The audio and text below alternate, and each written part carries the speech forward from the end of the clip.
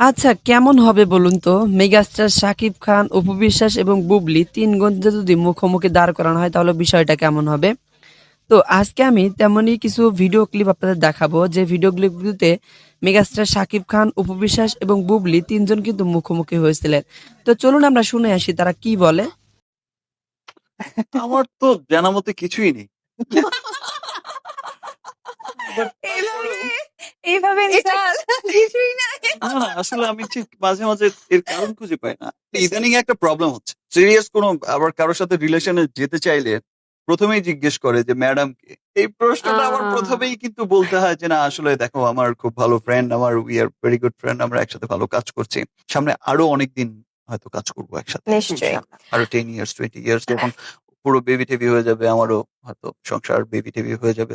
তখনও আমরা একসাথে কাজ করব। সিনিয়র, জুনিয়র যেই রোলেই আচ্ছা, তারপরে রিলেশন করাতে চাইলে তোমাকে প্রবলেম করে? হ্যাঁ, আরে বাবা ইস! ভীষণ